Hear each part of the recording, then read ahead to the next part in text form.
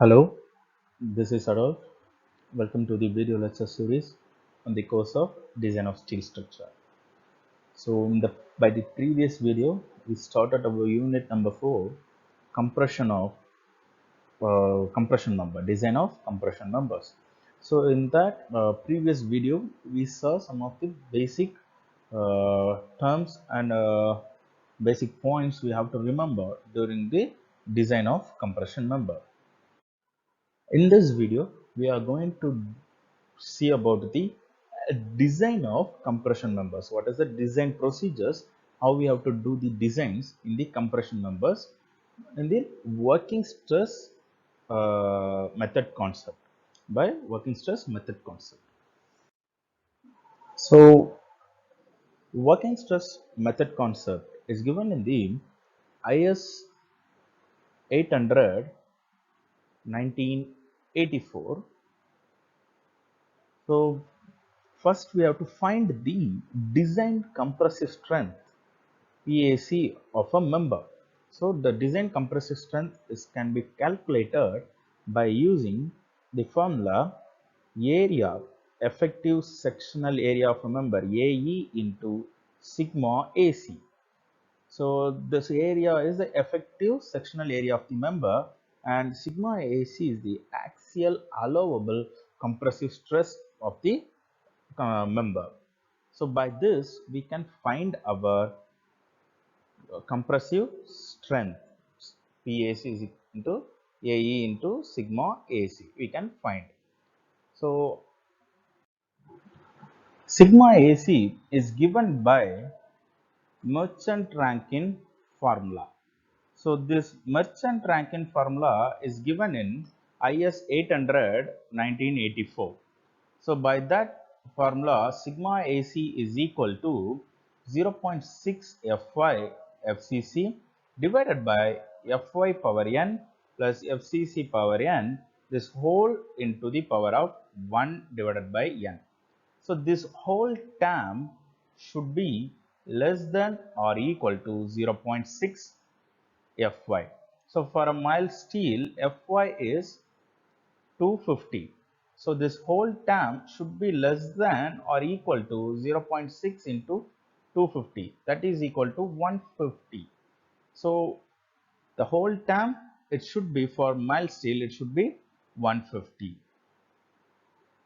So, where Fy is yield stress of steel and FCC is elastic critical stress in compression.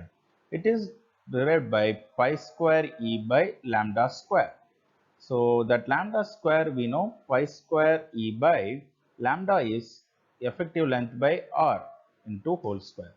So, this is the FCC, that is elastic critical stress in compression.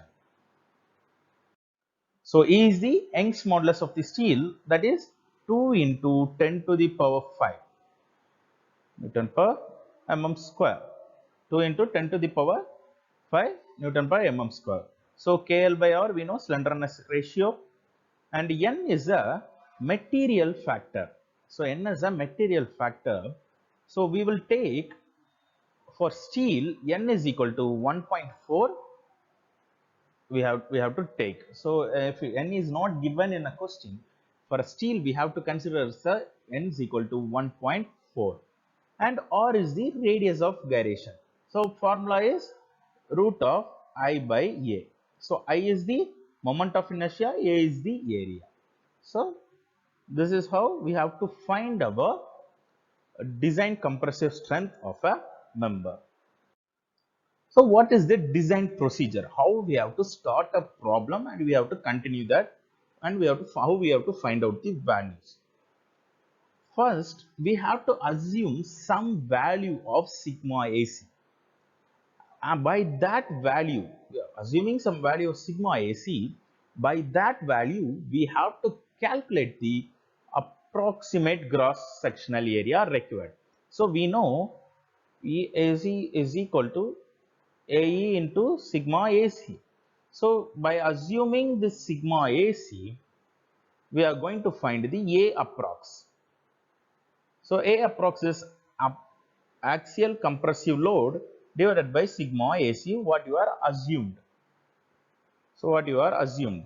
So this sigma AC value is, if you are using an angle strut, we have to assume sigma AC as 65 megapascal or 65 Newton per mm square. And if you are using an I-beam section as a column, then sigma AC is equal to 80 megapascal. And if you are using build-up section, the sigma AC value is 110 megapascal. So these are the values you have to remember, because it won't given the questions. So if they are giving it as an angle strut, we have to assume these values. If it for an angle strut, it is 65 megapascal. So if it is a build-up section, we have to assume it as 110 megapascal sigma AC value. So from that, we are finding the approximate cross-sectional area. So by this approximate cross-sectional area, we have to choose a trial section.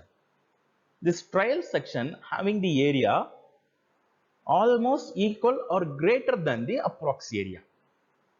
We should not choose the area which is less than our approximate area, what we have found out. So it should be greater or it should be equal to that area.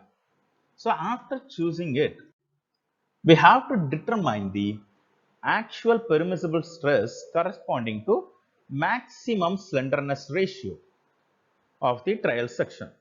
So we have to determine the actual permissible stress corresponding to the maximum slenderness ratio. So by this, after the finding out the maximum by slenderness ratio, we have to check the slenderness ratio according to the requirement of maximum slenderness ratio. What we are finding this slenderness ratio, according to that, it should be uh,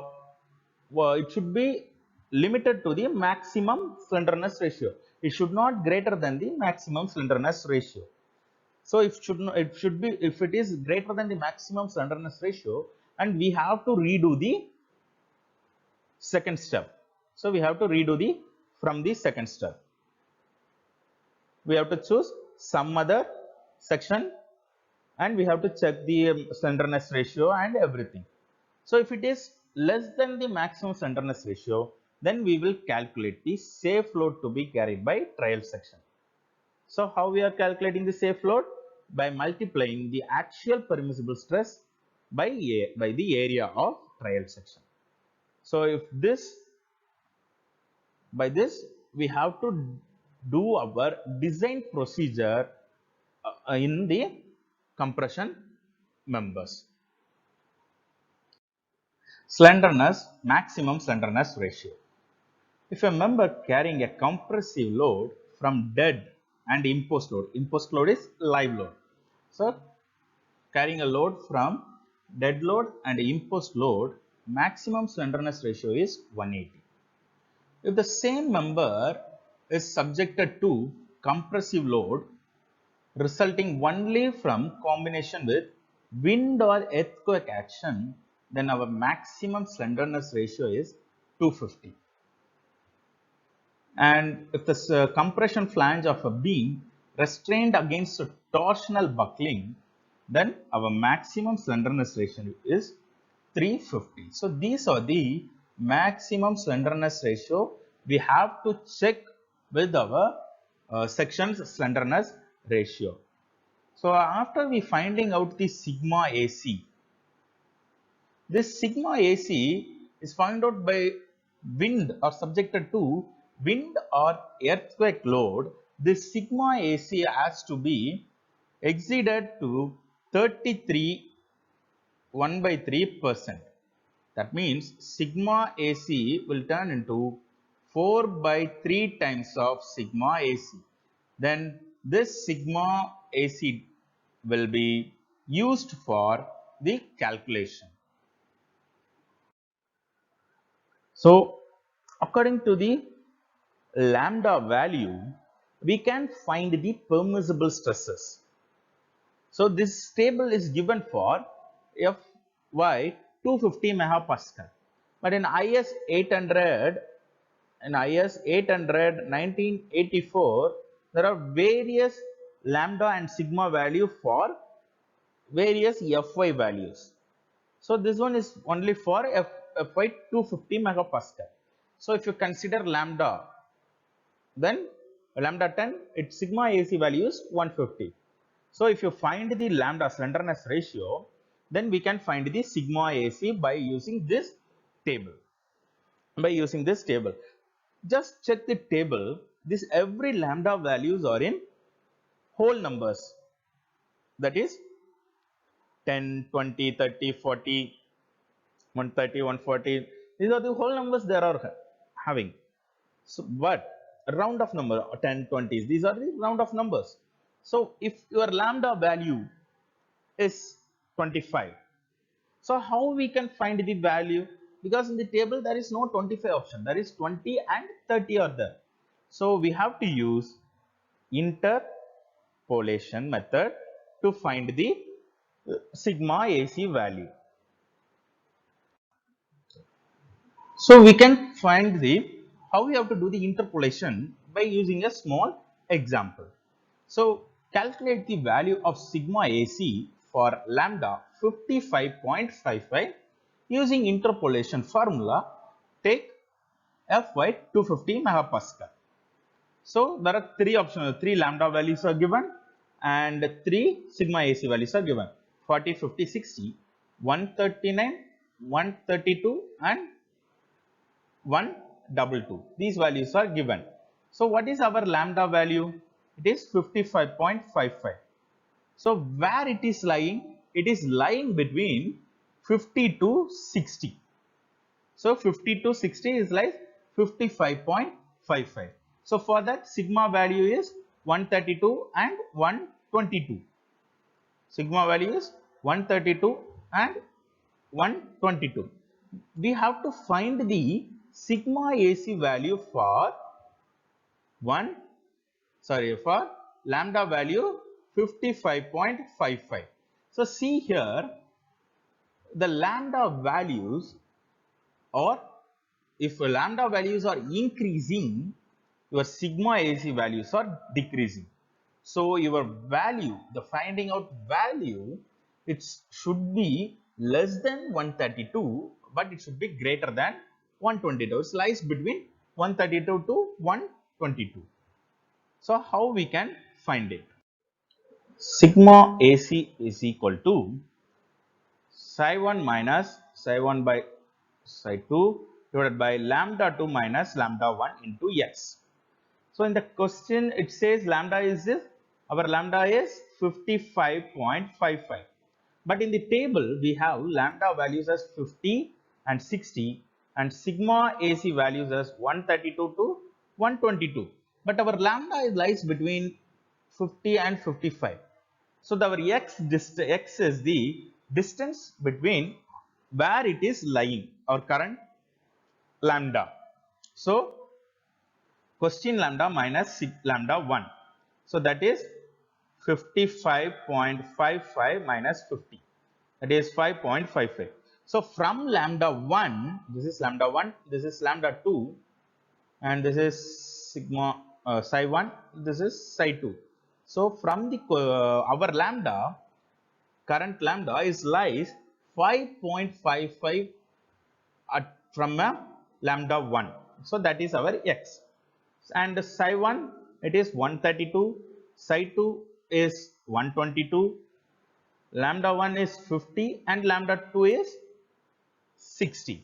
So if you substitute every value in the formula, psi 1 is 132 minus psi 1 is 132 minus 122 divided by 60 minus 50 into 5.55. So 132 minus, this is 10 by 10 into 5.55. So 132 minus 5.55. So it will comes around 126.45. So this is our sigma AC value. So this is how we have to do the interpolation to find the sigma AC value. So in this we saw the design, how we have to do the design of a compression member in the working stress method and what is the design procedure, and we saw the one small problem that is related to the interpolation. So in the coming videos, we will do the problems that are related to the design of compression member. Thank you.